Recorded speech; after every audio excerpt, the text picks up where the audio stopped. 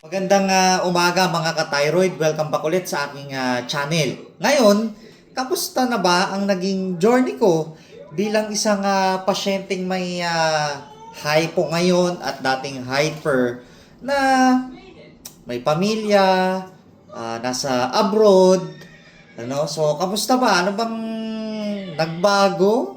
Or may nag-improve ba? Or mas lumala ba ang sitwasyon?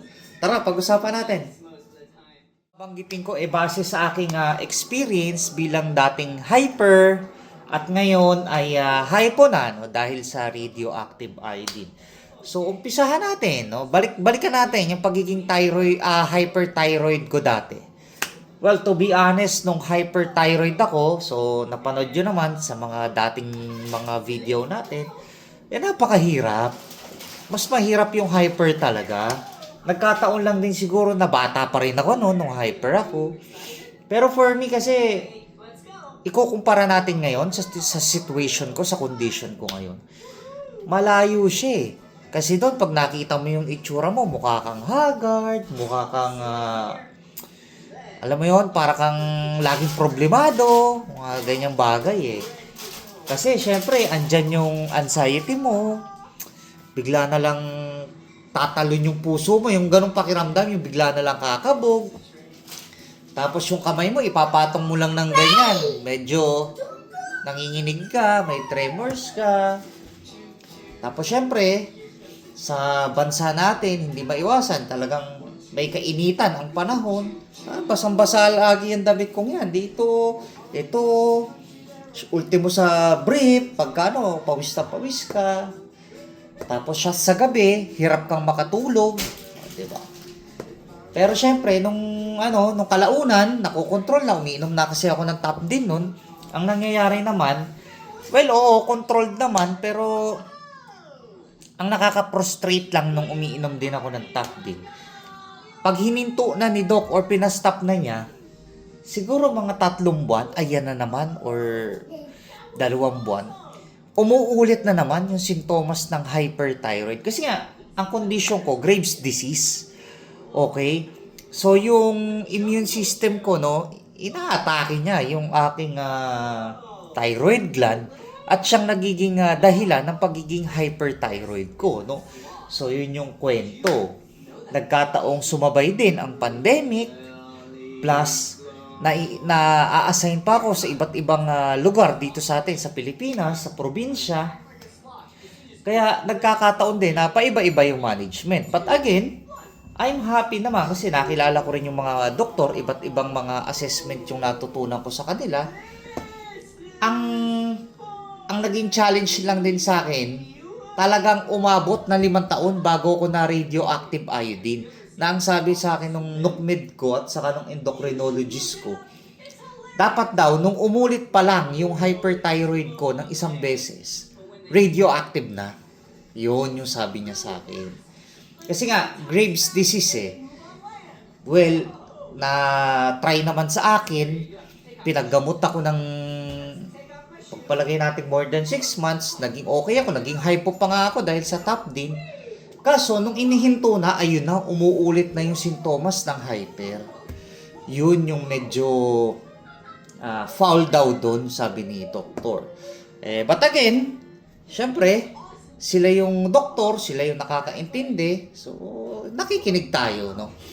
Yun nga lang, ang masasabi ko, kung kayo sa mga nanonood, may kagayang experience sa akin na umuulit yung hyper pag hinihinto yung Tapdin, better kausapin nyo si doktor na, Doc, may iba pa bang paraan, no? Lalo na kung wala ka namang bukol sa thyroid at umuulit lang talaga yung hyperthyroid mo, better kausapin mo si Doc, sabihin mo sa kanya na, Doc, umuulit, baka po pwede tayong mag-proceed ng radioactive iodine or kung may iba pang paraan, no? Wala namang masama doon. Okay lang yun kung magre-recommend ka or magsasuggest ka.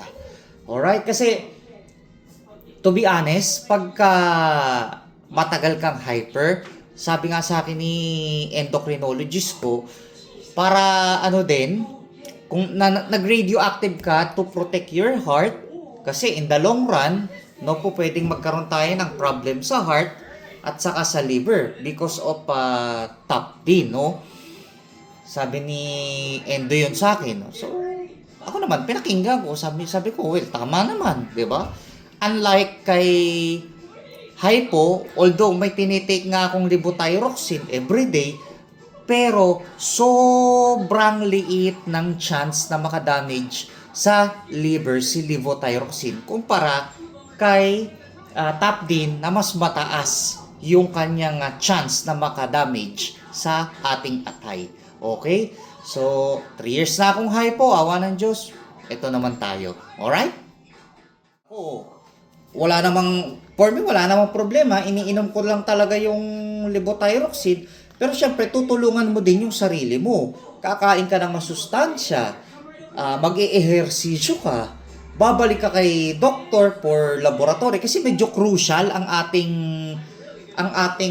thyroid hormone, no? Kasi pag bumaba yan or tumaas si TSH, si FT4, nakikita naman yan sa blood. So, dagdag bawas ang dosage natin.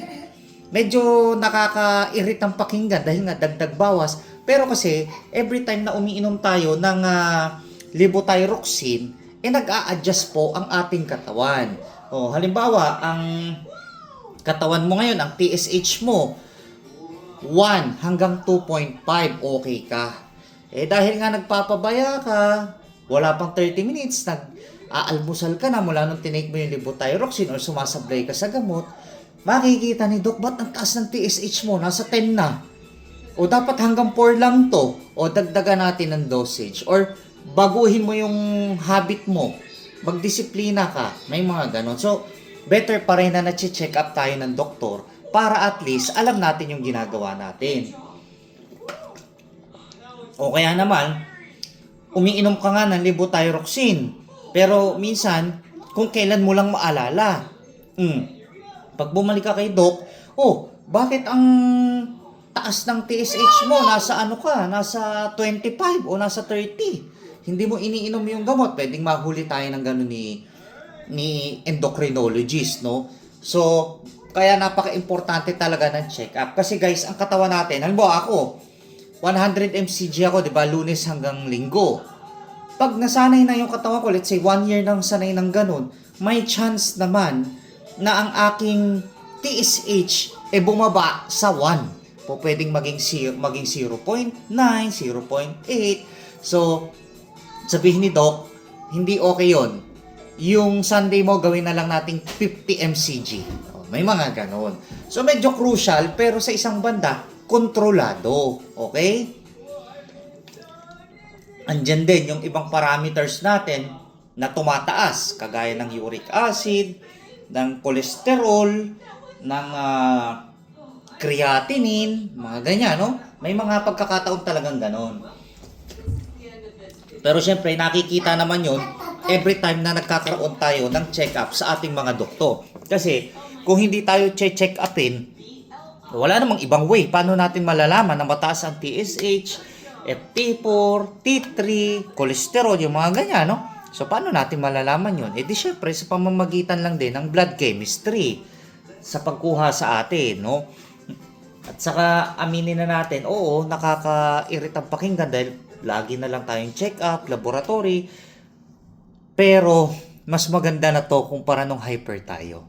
Okay? Hindi mo alam na bigla ka na lang aatakihin ng takot, ng nervyos, di ba? At least ito, sige, babawasan natin yung gamot mo, itataas natin itong ganito mo, then that's it. Magja-jogging ka, magda-diet ka, mag-gym ka, that's it. So, normal pa rin. Pero kung hahanapin mo yung buhay na, alam mo na, nakasigarilyo ka, umiinom ka ng alak, nagpupuyat ka, pasensya na. Impossible dream po yun, okay? So, hindi naman ganun Hindi naman ganun kasi ang buhay. Nagkataon, yun lang yung gusto natin. No? So, for me, ang masasabi ko sa buhay ko bilang isang pasyenteng 3 taon ng hypo, okay ako. Naka-adjust na rin ako ng big time. Nakakapagtrabaho naman tayo. Diba? Nakakakain pa rin naman tayo ng gusto natin. But of course, portion of everything, no? Puro ganun-ganun na lang. hindi naman po pwedeng kung ano yung gusto nating kainin, eh sige pa rin tayo ng sige, kagaya nung wala pa tayong sakit. No? So, ang masasabi ko, okay ako, naalagaan ko yung pamilya ko, lalong-lalo na yung baby ko, no, na magtatatlong taon. I'm happy na enjoy ko kung anong buhay ang meron ako. Kahit sabihin mong hypothyroid ako, sobrang nai-enjoy ko ang buhay na may kondisyon ng hypothyroid. Nakakasagabal ba sa akin? Sasabihin ko sa iyo, hindi. Iinumin ko lang yung gamot. After 3 months, 6 months, babalik ako sa doktor, check up, then that's it. Oh, ganun lang. Sundin lang natin kung ano yung management ni doktor. Alam mo rin naman sa sarili mo kung ano yung mali at tama. Okay? Bakit ka iinom ng sobrang daming alak kung alam mo namang may kondisyon ka? Alright? So, ganun lang kasimple. May mga guys, may mga nakilala rin naman ako na ayaw talaga magpa-radioactive iodine. I don't know kung bakit, pero syempre, nare-respeto natin kung ano yung opinion nila doon. No? So, mas gusto nila mag-top din. Well, wala na tayong magagawa doon. Ako naman, gusto ko yung radioactive iodine. Kasi, tulad yan, although hypo na nga ako, alam ko namang hindi na babalik ang aking thyroid gland, no? Ang function ng thyroid gland ko, no? Eh, naiintindihan ko naman. At saka, andyan naman yung pamalit nating levothyroxine. Basta magpa-check up lang talaga tayo ng maayos, eh okay na tayo. Kasi yung iba, okay, nakatap din ka, sige, iniinom mo, 'di ba? Eh ako kasi hindi ako comfortable sa sa top din, lalo na kung pumapalo na yung pagiging hypo, yung paakyat ka na ng hypo. May ganun may ganung tama ang top din sa akin. Parang feeling ko may nakabara sa lalamunan ko pagka papunta ako ng hypo because of top din. Ayoko yung feeling na yun. Tapos, parang sabi ng misis ko, ang lakas-lakas ko daw humilik. Basta, proven yun. Sinabi ko yun sa doktor ko. Kaya sabi ng doktor ko, better mag-radioactive ka. Rank ka na nga lang. Tapos, once na maging hypo ka, so mag-take ka na ng levothyroxine. So, awa ng Diyos, okay naman, di ba? So, 3 taon na ako rito sa buhay na to, sa pagiging hypo. Awa ng Diyos, wala naman ako naging problem dito sa Australia. Kahit sabihin mong hypo ako, okay naman. Natanggap naman ako sa trabaho dito, sa iba't ibang trabaho. Dinideclare ko, oo. Pero wala naman naging problem. Pinapakita ko lang yung check-up ni doktor sa akin at saka yung iniinom kong gamot, yung levothyroxine nga, okay na. Wala namang hinanap na kung ano. Tapos minsan, tinatanong din nila ako na tungkol sa hypothyroid. Kasi nga, yung asawa nila, kaibigan nila, anak nila, may gantong kondisyon din. So, nasi-share ko naman, no?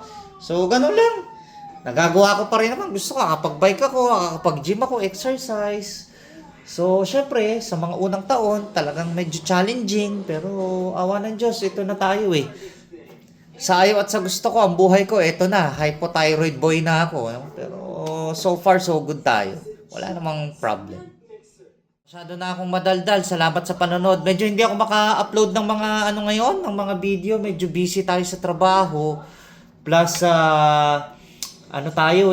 may inaayos dito sa bahay, no? Naglinis, tapos kumpuni-kumpuni tayo ng mga dapat, no? Yung sira, sisirain ko pa, no? So, ganun.